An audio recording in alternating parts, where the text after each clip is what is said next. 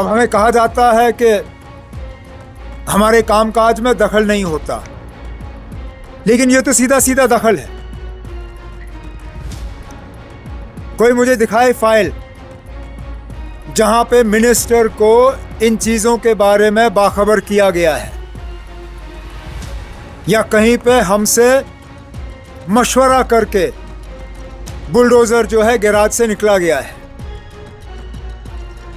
कोई इस बात के हक में नहीं है कि सरकारी जमीन का गैर कानूनी कब्जा हो, लेकिन ये लोग जो पिक एंड चूज तरीके से अपने बुलडोजर का इस्तेमाल करते हैं इलेक्टेड गवर्नमेंट को जलील करने के लिए, उन्हें भी अपनी हरकतों से बाज आना चाहिए। साहब, आपको कोई इंफॉर्मेशन अगर हमारा लगाया हुआ अफसर ये काम करता तो अभी तक मैंने उसके खिलाफ कार्रवाई की होती, क्योंकि बिना मिनिस्टर के इजाजत के आप इतने बड़े कदम ले कैसे सकते हो।